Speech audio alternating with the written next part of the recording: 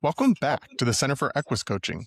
We're a community of coaches who believe that partnering with horses can help transform the way we connect with ourselves, others, and the world around us. I'm Travis Stock, one of the instructors here at the Center for Equus Coaching, and I've got another Equus Coaching Master Facilitator to introduce you all to. Martina Hodges-Schell is an international member of our herd, joining us from the UK. She works at the intersection of design and technology, two industries navigating enormous uncertainty and change right now, especially with the rise of AI. Her work centers on helping organizations create the conditions for real creativity to thrive. And she brings Equus coaching into that world to help leaders get out of their heads and back into their bodies, reconnecting with their instincts and finding a more sustainable way to lead. So, without further ado, Martina, thanks for joining me. Thank you, Travis. It's such a joy to join you on the podcast. Let's start with your journey to becoming an Equus coach. Like, how did you find out about the Center for Equus Coaching and what made you sign up for it, especially as somebody that's in the UK? Absolutely. Do you know what? I had to look up how long ago I read about this particular program. And I was in the US. I was reading Oprah magazine, and there was an article about Coel's work from Martha Beck. And I had this moment, I was on the plane, I was reading, I was like, oh my God, I had no idea this existed, but this is exactly, all the puzzle pieces are falling into place from my passions in my life. And I thought, I must find out about this. I must experience this. That was in 2013. So I Googled and tried to figure out, so where can I experience this? And I realized, okay, San Diego seemed one of the few places, like one of the few of the early coaches that were doing the work, and so I lodged that in the back of my mind. But San Diego wasn't on my flight path, so it took me till 2019 to actually be in San Diego. I called Renee and I said I'm in town for a couple of days, and she managed to make a little space in ad hoc in her calendar, and so I went to Ramona to Featherheart Ranch with her and had my first Equus coaching session. I thought, wow, this is absolutely incredible. And we completely leapfrogged the conversation about, hey, so how was this sort of new Equus coaching experience for you? And leapfrogged straight to, so when are you signing up to become a coach? Because it felt it really felt, this is it. This is really, this feels very much like a calling. I love that so many of us have stories like that where we maybe experienced it once or heard about it once, and we were like, I need that. What's that? I need to be around that.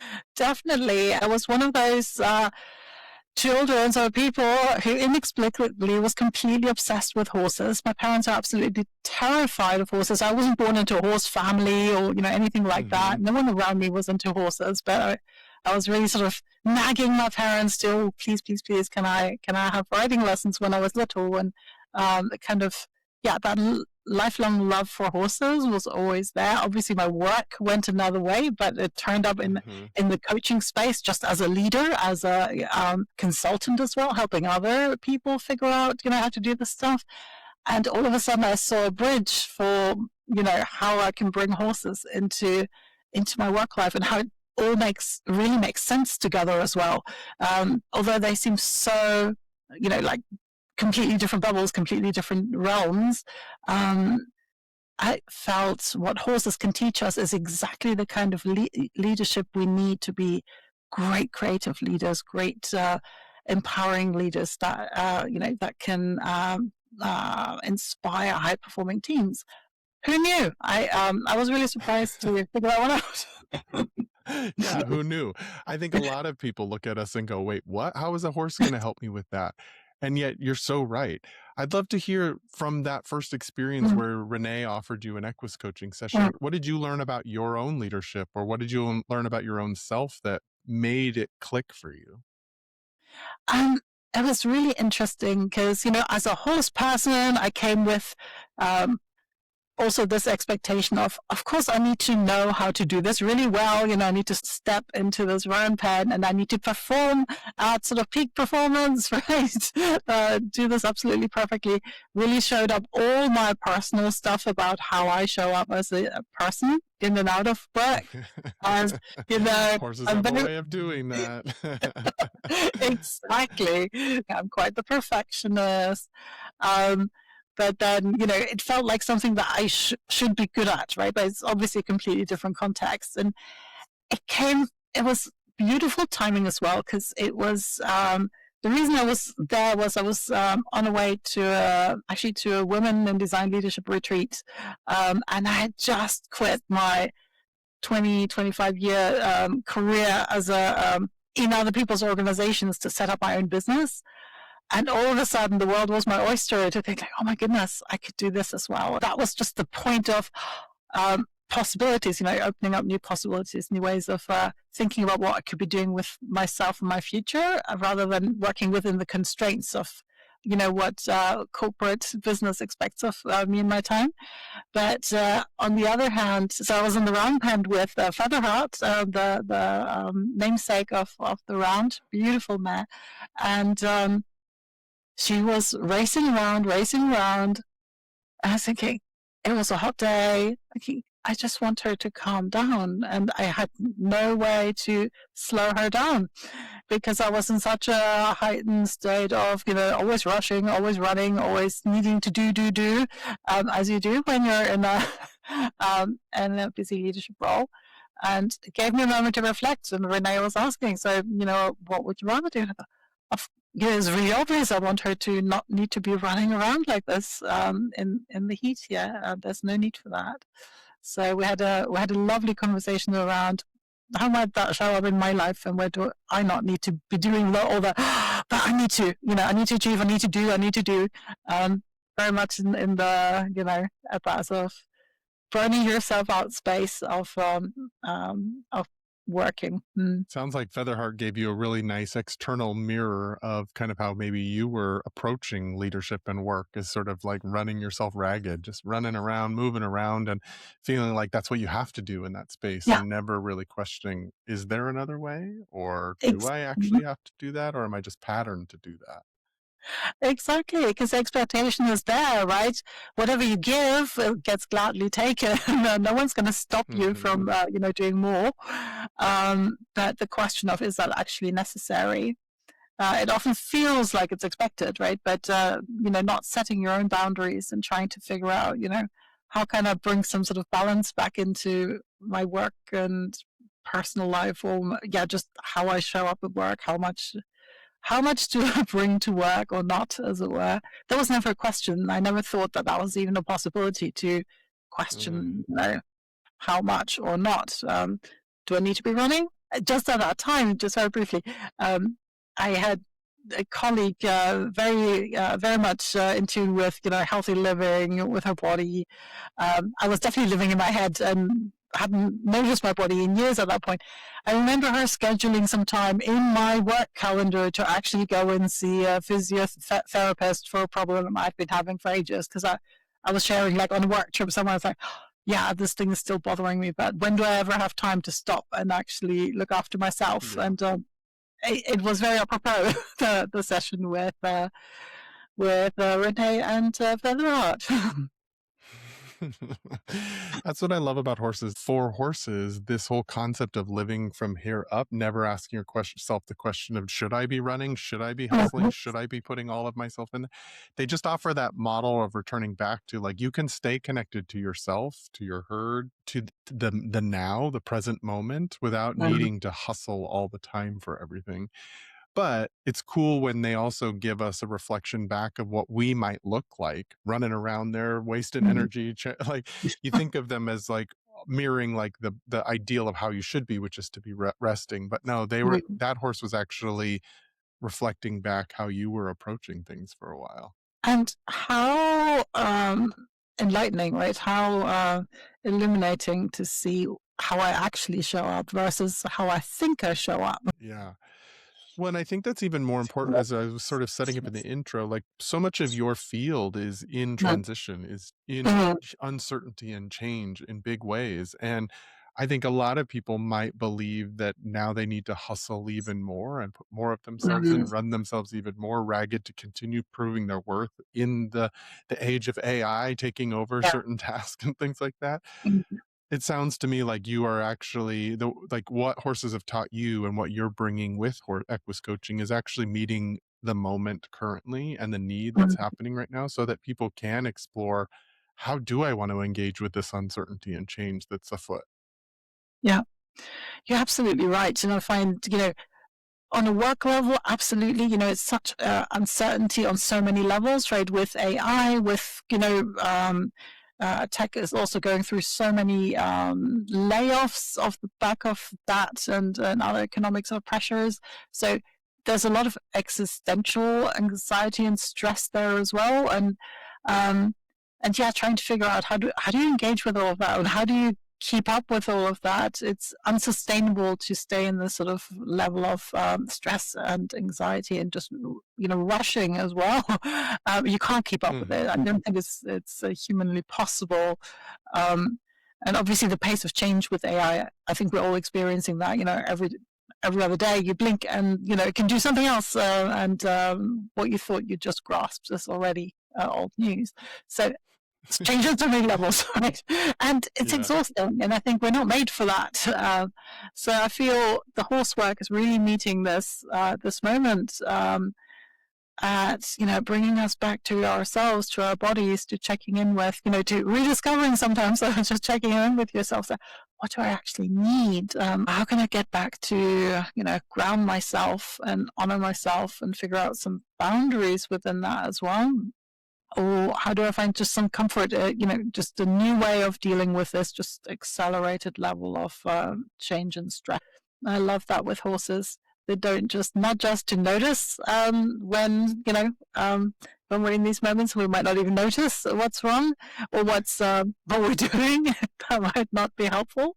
But also, a great safe space to try out different things and see how they feel in your Yeah. body, right? And how they work Yeah. for us.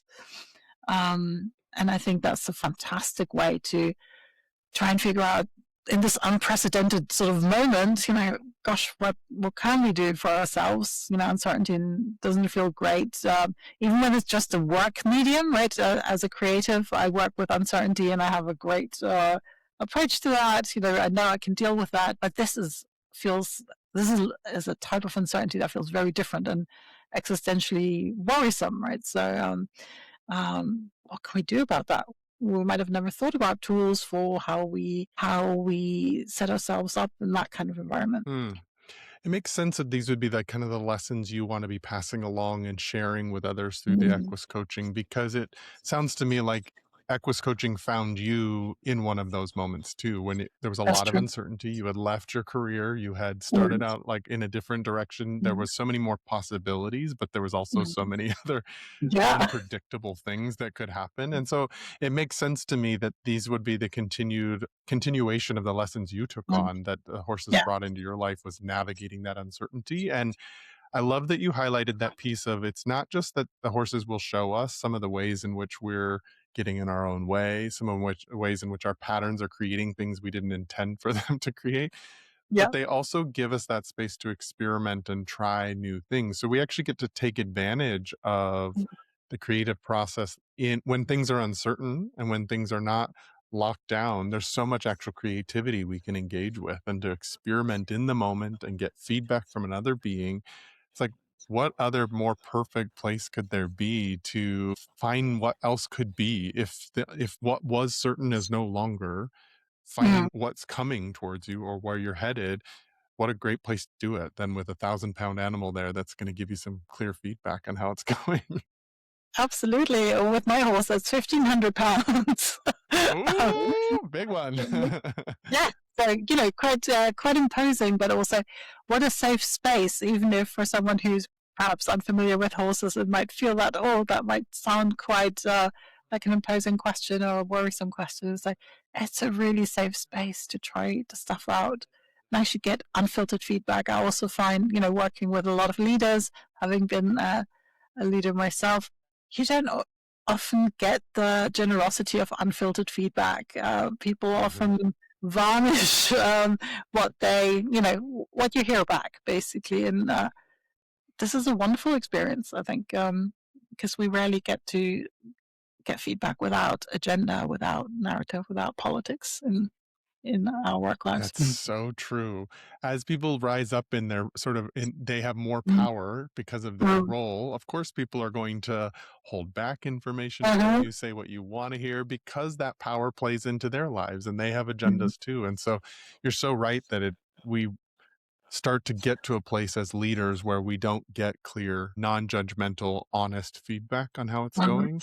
And I've seen so many leaders go through that process where they heard from the horse what their employees were not willing to say to them, Mhm. For sure. and they got to see through just the role they were playing into actually what's their impact on the external environment. How are they showing up, and how does that shape the space?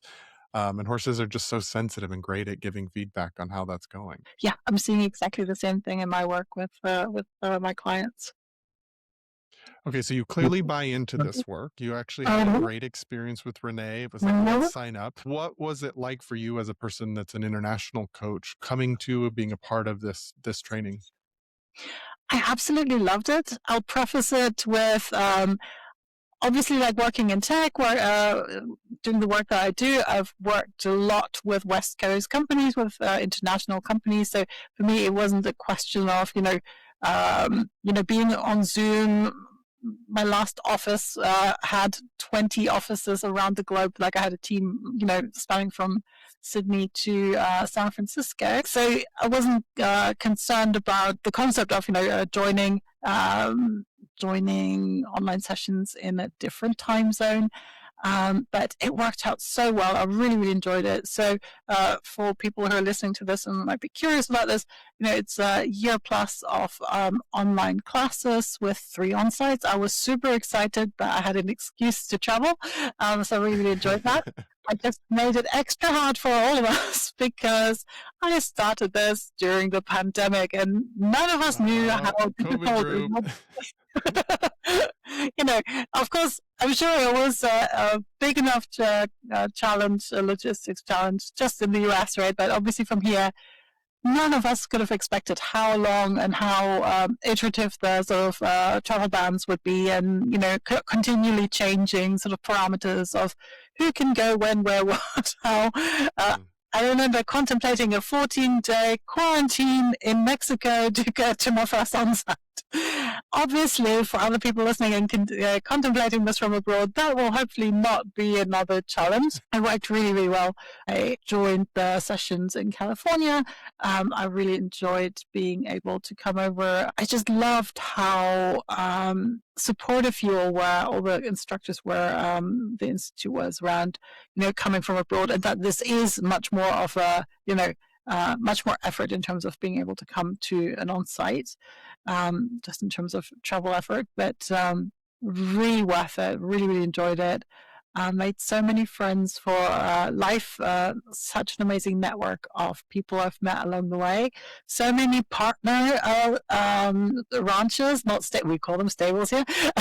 So many partner ranches to collaborate with. So yeah, not just the on-sites, but also doing sessions in LA, in Bay Area, New York.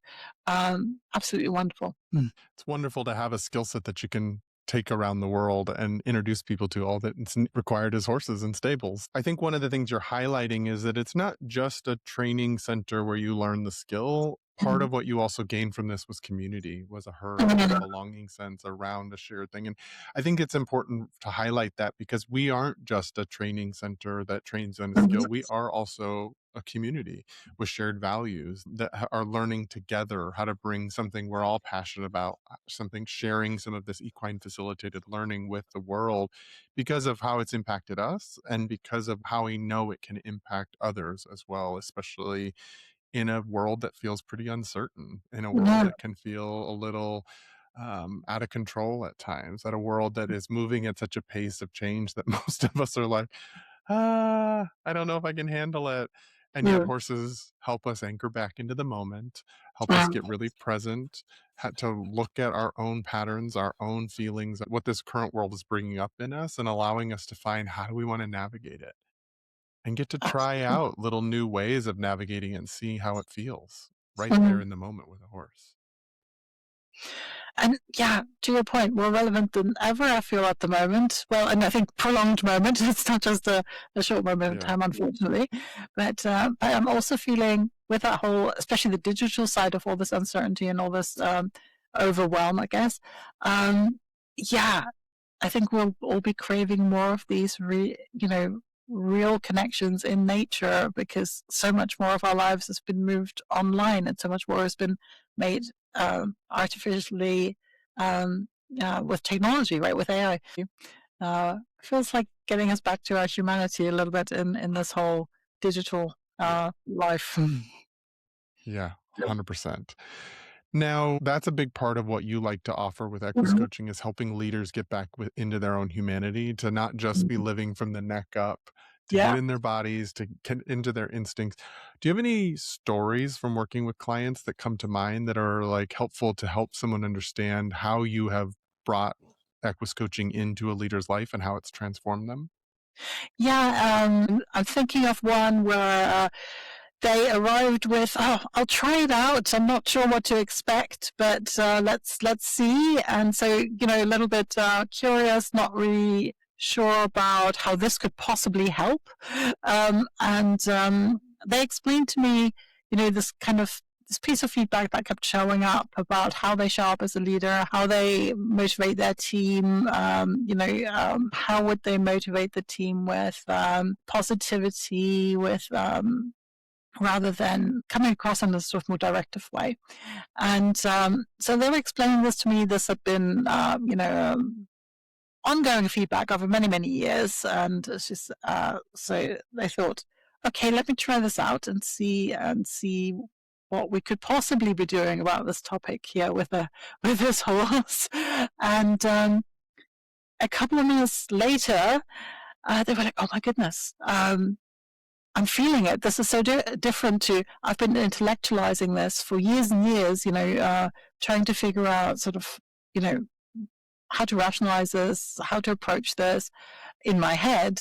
What I'm realizing is, what I'm feeling in my body is, well, telling this horse means nothing. Like I can't reason with him with words. He doesn't understand at all what I'm trying to tell him to do. But connecting into my, so how do I motivate him to do what I want? Was all about, coming with energy, and what kind of energy do I need to be able to do that? They were absolutely delighted that after trying a few things out, the horse was moving in the direction they wanted at the speed they wanted, slowing down, stepping up a gear, going, changing direction. And they're like, "Oh my goodness, this is it. This is the feeling." They were saying like, "I get it now." They're having a real light Mhm. bulb moment. And I, as the coach, was doing very little, next to nothing, while they were just exploring, playing in the round pen.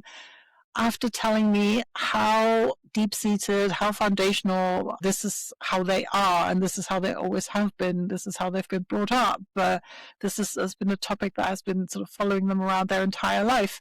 And they were curious about, not being able to imagine what a different approach might actually be. Um, I thought it was absolutely incredible. Just in terms of, you know, maybe shift off it within 10 minutes, they went, "Oh my God, this is it." And we had a we had a conversation afterwards. And they were saying, "Do you know what? This is not just changing things in the office. This is also changing how I show up with my children, and they're reacting really differently to me." And they were absolutely amazed about having been able to, it didn't even feel like, having to work something out or address something, or, like deep rooted.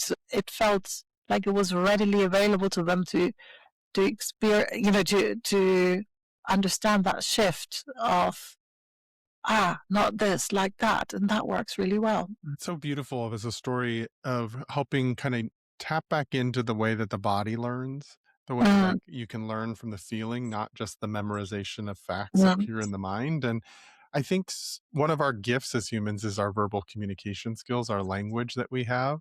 And yet we get so reliant on that being directive at the language of of our words. And yet even for every human, our words land in different ways based on where well, their emotional state in that moment, their fears, their agendas, all of that. So sometimes it's our language is actually limited in some ways to actually be able to get across. And I think we forget how much more information exists in our body language, in our energy, in our emotional state in which we're communicating, and all of the subtext underneath the words. And when you put a leader in with an animal that doesn't speak English, and they have to learn about the other parts of their dialogue, the other parts of their communication that are below the words, I think there's so much power in being able to give someone the time to feel and Mhm. get feedback on when something is off versus feel when it's aligning with what you're trying to create. And there's something about that kind of learning that happens lower in the body than up in here in the mind that is really powerful for a lot of people. It's so true. I feel like that shows up in almost every session I do with people. These aha moments because we don't often have an environment where we can experience that, right? That's why I find Equus coaching is so powerful. Yeah. And even as a coach, because I do coaching like this over, like on a Zoom call with somebody, like kind of like a telehealth, and we can talk about the concepts of what are some other ways you could approach something when I'm working with a leader. And yet I always know in those moments, man, I wish I was there with a horse with a person because then they could actually experience this rather than just conceptualizing new approaches. Because Mhm. as in that example you were sharing, like your person went from not even being able to imagine there was another option Mhm. to embodying that other option within 10 minutes. It's like a Mhm. shortcut. It Mhm. speeds it up and allows people to really get to that clarity in a different way than maybe sort of standard life coaching or Yeah. executive coaching can. Absolutely. And I find, especially when I'm thinking of my executive coaching, especially in the workplace, the stories we tell ourselves about how we show up and how well we do are very, very different to what actually happens in reality and how other people are actually receiving that. I really feel like it's horses are a beautiful bullshit barometer as well, so we can cut to the crap, through the crap, to the real issues. Mhm. Whereas, we could be talking about this for a very long time before, if at all, we get to the core. If the person doesn't feel like getting to the core, we might never know what the underlying challenge really is, rather than staying at the surface in the office. Yeah, it's so true. The horses don't care about that person's title, about their story about themselves, about what their good intentions were. Can't conceptualize any of that. And so what they respond to is what they feel from you. And so you're right, it does cut through all of the other humanness stuff and just really gets to the core of what's really playing out for that person. And then that person gets to reflect on, is that what I want to continue creating by continuing this pattern?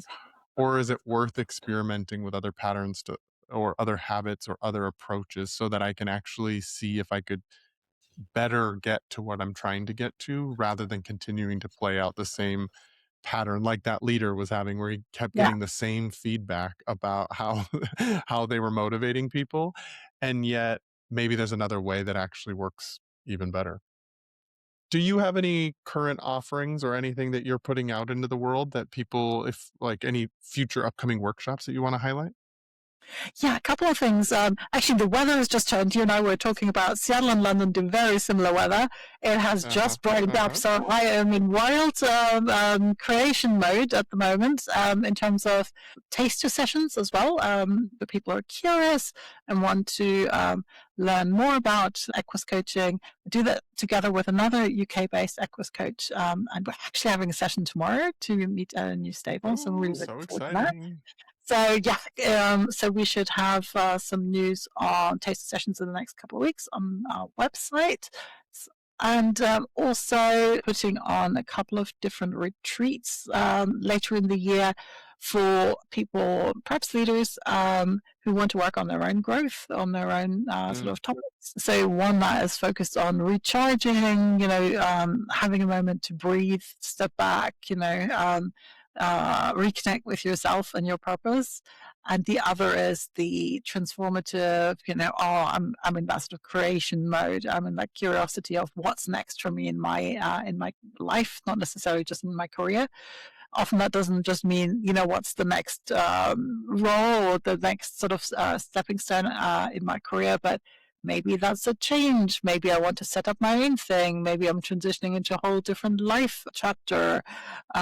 So transitions often at any time is very much focused on the, imagining your ideal future and figuring out how we're moving towards that.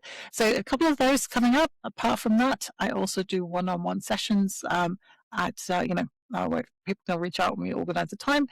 And for executive teams, for leadership teams, I do bespoke retreats that, depending on what topics they have, whether it's around creating strategy, teaming, actually recharging as well, more a focus point than usual, or just having a fun time away from the office together.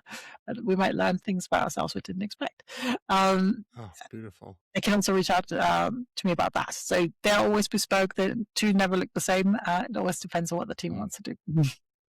Beautiful. I love the highlighting of like the topics that you're really honing in on, that recharging and then that creativity space of what's next. Yeah. I think those are perfect for our current moment, that sometimes we have to focus in on the recharging, the self-care, the gathering the energy we need in order to create the next thing. And then other times we're ready to create something. And so I think those are such they're powerful topics just in general for the moment, but they're actually so supportive of each other as we all kind of navigate this world. So kudos to you for finding some really great topics to support people with and help them navigate the current moment. If people wanted to follow along and find out when those are happening, where do they find you online? Absolutely. My website is northshore.studio, like South Sea. And on LinkedIn, there's only one of me, so my last name is quite good SEO. I usually post stuff there as well. But my website Okay. has all the details. Great. I'll make sure that all your websites down in the description of this video so people can easily find you. Thank you so Really much, appreciate Martina, it. for joining me, for sharing about your work in the world. I think you're really honing in on some really important topics to support all of us, including leaders within organizations, for how to navigate a tricky and uncertain world. So, thank you for bringing your work into the world, for taking what we taught you at the Center for Equus Coaching and making it real for other people out there so that they can benefit from it as well. Really appreciate it. Thank you so much, Travis. It was such a joy to join you. If you've been listening and you're interested in this Equus coaching thing, go find us on our website at equuscoach.com. There are listings of personal development workshops and Equus coach trainings that we are leading throughout the year. Also, if you're interested in finding an Equus coach to experience this, we have a directory on our website where you can find Equus coaches in your area. So whether you're in the UK like Martina or you're in Seattle like me, you can find Equus coaches throughout the world who are offering this work. So again, that's at equuscoach.com.